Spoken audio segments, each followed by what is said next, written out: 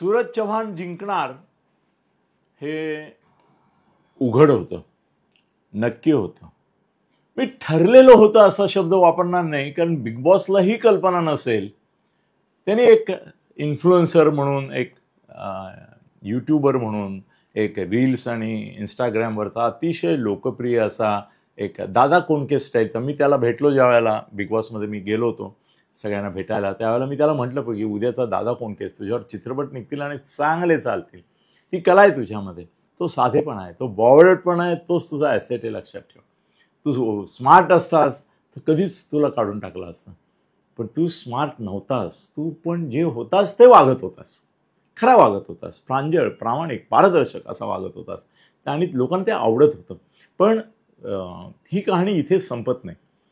तो गुणी आहे का? आहे, नक्कीच गुणी आहे. पण तो इतका गुणी होता का, किंवा त्याचा खेळ इतका परिपूर्ण होता का की जितका अभिजित सावंतचा होता? तुम्ही पण कबूल कराल की परफेक्ट खेळावरच केवळ जर मार्क द्यायचे असते किंवा लोकांनी मतदान करायचं असतं तर अभिजित हाच यावेळेचा हिरो होता, विजयवीर ठरला असता. ट्रॉफी अभिजितलाच गेली असती. कुठल्या मुद्द्यावर? खेळ खेळणं. बिग बॉस समजून बिग बॉसला जे हवं आणि बिग बॉसच्या वाचकांना, बघणाऱ्यांना जे हवं ते देणारा परिपूर्ण खिलाडू अभिजितच होता. पण अभिजितच्या बाबतीमध्ये एक गोष्ट घडत होती जी तुमच्या कोणाच्या लक्षात आली आहे की नाही मला माहिती नाही, माझ्या आली म्हणून मी तुमच्याशी शेअर करतोय, आली पण असेल तुमच्या लक्षात. पण अभिजित सावंत हा मध्यमवर्गीय, सुशिक्षित, सुसंस्कृत आणि एक ज्याला मध्यम वर्ग म्हणतो आपण, मिडल क्लास, त्याचा प्रतिनिधी होता.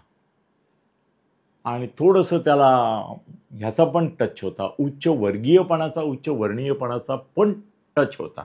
एक sophisticated person playing his game perfectly.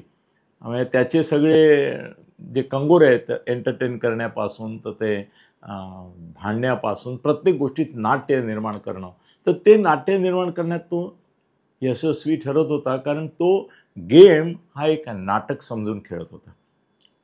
बरोबर आहे, खरंच त्याला ते कळलं होतं, मला जसं कळलं होतं.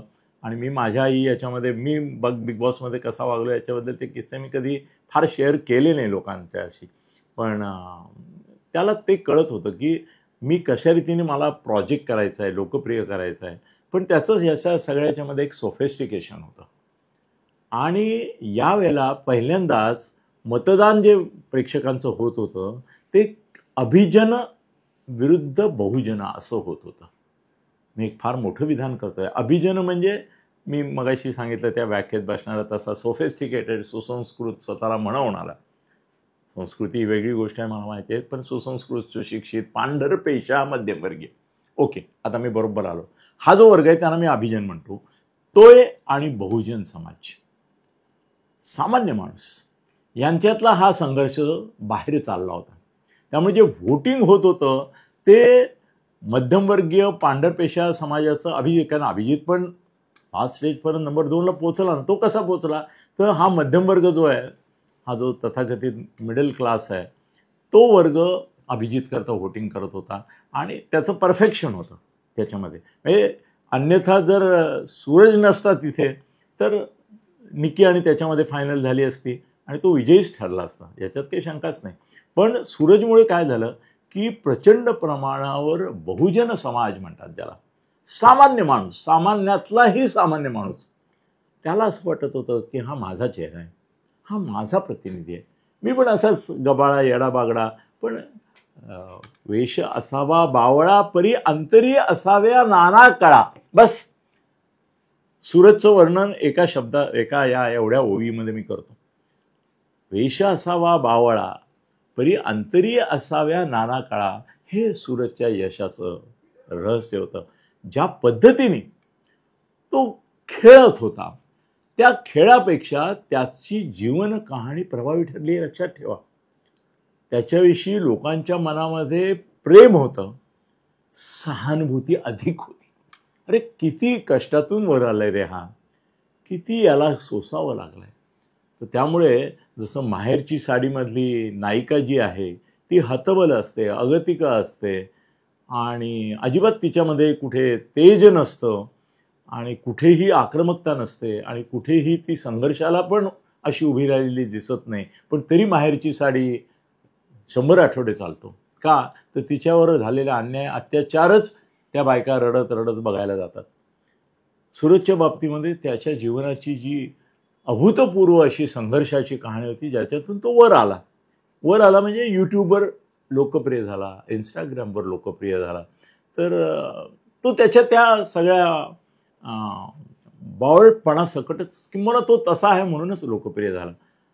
एक रांगडा असा गडी आणि मदपुत, म्हणजे मनाला येईल तसं वागणारा, बोलणारा, करणारा, म्हणून तो लोकप्रिय झाला. तो गुणी आहे का? आहे. मी सांगितलं ना, सूरजला मी अजिबात कमी लेखत नाही. सूरज इज सूरज. पण तो अभिजितपेक्षा अधिक चांगला उमेदवार नव्हता. म्हणजे बिग बॉसची ट्रॉफी डिझर्व कोणी केली? अभिजितने केली. मिळाली कोणाला? सूरजला. आणि सूरजला का मिळाली? बिग बॉसने पक्षपात केला का? अजिबात नाही, अजिबात नाही, अजिबात नाही. मला माहिती आहे याचं, कारण माझ्या ओळखीतले जे लोक होते, जे वोट करत होते, ते सगळे सूरजला करत होते. पण त्याच्यातही मला वर्गवारी दिसत होती की एक कष्टकरी वर्ग, कामकरी वर्ग असा जो आहे, ज्यांच्याशी पण माझा काही ना काही निमित्ताने संबंध येतो, तो सगळा सूरजचा चाहता होता. आपल्यापैकी एक जण लढतोय, त्याला पाठिंबा दिला पाहिजे. आणि तो लढत होता त्याच्या परीने, त्याच्या पद्धतीने लढत होता. पॅडी कांबळे वगैरे त्याला गाईड करत होते, हे करत होते. पण त्याचा साधेपणाच लोकांना भावला आणि तो आपल्यापैकी एक आहे हे लोकांना वाटलं, म्हणून त्याला मतं मिळाली. आणि यावेळेला थोडंसं आणखीन पण एक कंगोरा आहे, पण तो मी बोलणं योग्य आहे किंवा नाही याच्याबद्दल माझ्या मनात शंका आहे, ती तुमच्याशी व्यक्त करतो. बिग बॉसचं कौतुक केलं पाहिजे. बिग बॉसचं कौतुक केलं पाहिजे की यावेळेला प्रथमच महाराष्ट्रामधल्या बौद्ध समाजाची 3 उमेदवार तिथे होते आणि तिघही आपापल्याप्रमाणे गुणी होते. एक पॅडी कांबळे होता, आर्या जाधव होती आणि अर्थात सूरज. हे तिघही बौद्ध समाजातले. बौद्ध समाजाचा सुद्धा मोठा पाठिंबा मिळाला त्यांना. काय हरकत नाही, तो जातीनिहाय आहे असं मी मानत नाही, कारण बौद्ध नसलेल्या ही लाखो लोकांनी त्याला मतं दिलेली आहेत. बौद्ध म्हणून मतं देणारे असे काही वेगळा वर्ग, जात, धर्म पाहून कुणी केलं आहे असं मला वाटतच नाही. किंवा त्यांची जात, धर्म याचा उल्लेख करावा का नाही याच्याबद्दल मला शंका होती. पण मला बिग बॉसचं अभिनंदन करायचं होतं की बाबांनो, तुम्ही समाजातला जो उपेक्षित असा वर्ग आहे, ज्याला संधी नाकारली जाते, त्याला तुम्ही नुसतीच संधी नाही दिली, तर त्यांच्यापैकी तिघांना दिली आणि त्यांना सांगितलं की तुम्हाला प्रूव्ह केला. सूरजने प्रूव्ह केलं. त्यामुळे बिग बॉसचंही अभिनंदन की जिथे आरक्षण नाही तिथे देखील त्यांनी संधी दिली आणि ती तर सूरजसाठी सुवर्ण संधी ठरली. मित्रांनो, सूरजचं यश हे सामान्य माणसाचं यश आहे. सूरजला जिंकवलं नाही. सूरजला जर जिंकवलं असेल तर ते बिग बॉसने नाही, सामान्य माणसाने, त्यातला सामान्य शब्द लक्षात घ्या, आणि बहुजन समाजाने जिंकवलं. हाही त्यातला एक कंगोरा लक्षात घ्या. धन्यवाद.